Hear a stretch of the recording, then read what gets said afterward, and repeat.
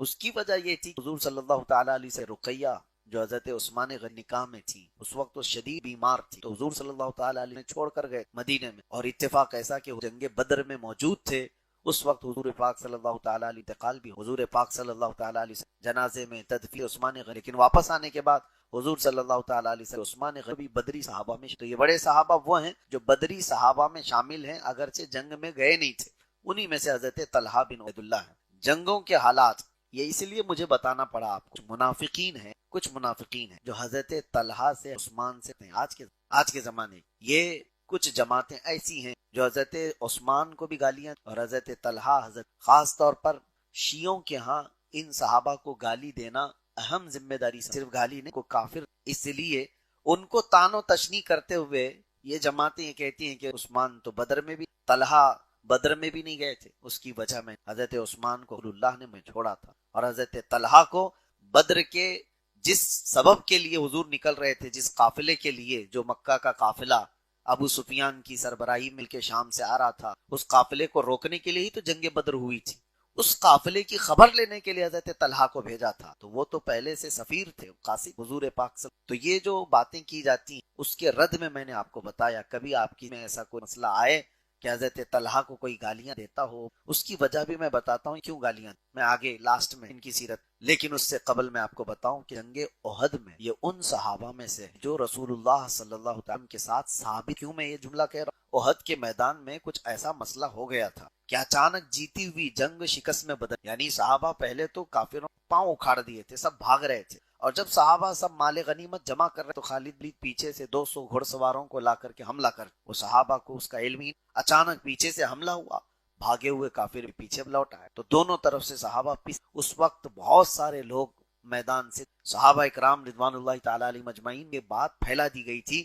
کہ محمد صلی اللہ تعالی علیہ وسلم قتل ہو گئے معزل، تو یہ افواہ پھیلا دی گئی، کئی لوگوں کے ہاتھوں سے تلوار چھوٹ گئی کہ جب رسول اللہ نہیں، یہ شیطان کی طرف سے، اس وقت کئی لوگوں کے پاؤں اکھڑ گئے، لیکن ثابت قدم رہنے والے کچھ صحابہ ہیں، وہ صحابہ میں حضرت طلحہ بن، حضور پاک صلی اللہ تعالی علیہ وسلم کے عہد میں اچانک ایک وقت ایسا آیا کہ کفار و مشرکین سب کے سب حضور کی طرف تیر پھینک رہے، تو 30 صحابہ کی جماعت آئی کو گھیر لی ہر طرف سے، اس میں سب سے آگے حضرت طلحہ بن عبید اللہ تھے، اور انہوں نے دیکھا کہ تیر جو برسا رہے کفار وہ سیدھا نشانہ کر رہے ہیں حضور پاک صلی اللہ علیہ وسلم، تو جانتے ہو پڑھتے ہیں تو رونگٹے کھڑے ہو جاتے ہیں، حضور پاک صلی اللہ تعالی علیہ وسلم کے چہرے کی طرف دیکھے جا رہے، تو حضرت طلحہ اپنا سیدھا ہاتھ حضور کے چہرے کے سامنے رکھ، اور راویان حدیث بتاتے ہیں جتنے تیر کے ہاتھ پر لگے تھے یہ ہاتھ پورا شل ہو گیا، پورا ہاتھ ان کا یہ بیکار ہو گیا، کسی کام کا نہیں تھا، اتنے تیر اس پر آئے، ان کی انگلیاں کٹ گئی، تیر اندر جاتے رہے لیکن ایک تیر تک پہنچنے نہیں، حفاظت پر اس طرح سے رہے۔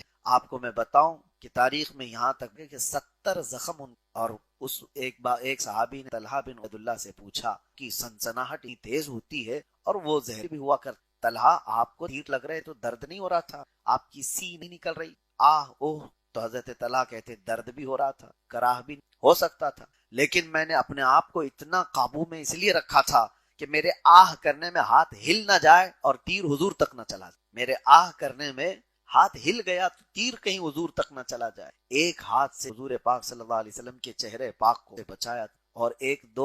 70 تیر سے آپ نے اپنے ہاتھ کو بیکار کیا، زندگی بھر پھر آپ کا ہاتھ اسی کام میں نہیں، زندگی بھر کے لیے وہ ہاتھ فالج زدہ جس طرح سے ہوتا ہے اس طرح سے ہوگا۔ اب سنی، یہ جنگ احد کی ہی بات نہیں، جس جنگ میں رسول پاک صلی اللہ تعالی علیہ وسلم جنگ احد میں زخم لگ، ابھی احد کے میدان سے نکل کر، احد کے میدان دوسرا دن ہے کہ ایک گروہ واپس مدینے پر حملہ کرنے کی تیار تھا، حضور پاک صلی اللہ تعالی علیہ وسلم صحابہ سے کہتے ہیں آج کی رات مت، کہ ہم مدینے کے اوپر خطرہ منڈلا رہا ہے، تو اسی اسنا میں حضور صلی اللہ تعالی علیہ وسلم ان صحابہ سے کہہ رہے تھے جو ابھی چاقو چوبند تھے، یعنی زخمی نہیں تھے اور اچھے ابھی تمام معاملات سے محفوظ تھے، زخموں سے، ان سے کہہ رہے تھے، اسی اسنا میں حضرت طلحہ آئے، حضور صلی اللہ تعالی علیہ پوچھا کہ طلحہ تم اسلحہ نہیں ہے کہاں ہے؟ فوراً گئے اور کہا یا رسول اللہ میں حاضر ہوں، جبکہ ان کے سینے پر صرف 24 زخم موجود، احد کے میدان کے 24 زخم موجود تھے، اور دوسرا دن ہے کہ وہ حضور پاک صلی اللہ علیہ وسلم کی بارگاہ میں پھر سے حفاظت کے لیے۔ اور ایک بات، جب جنگ احد میں معاملات سخت ہو گئے تو حضور پاک صلی اللہ تعالی علیہ وسلم احد کے پہاڑ کی طرف چڑھنا، اور حضور پاک صلی اللہ تعالیٰ علیہ وسلم کے دانت آپ کے سر کو اور ایک لوہے کی تار رخسار میں سے گال میں اور اس کو نکالا گیا تھا. غشی کی حالت ہوئی تھی صحابہ اکرام کی. حضور صلی اللہ تعالیٰ علیہ احد پہاڑ کی تو اس وقت تھکان سے بوجھل ہو پہاڑ پر تو حضرت طلحہ بن ایک پاؤں سے لنگڑاتے صحیح سے چل نہیں پاتے. ایک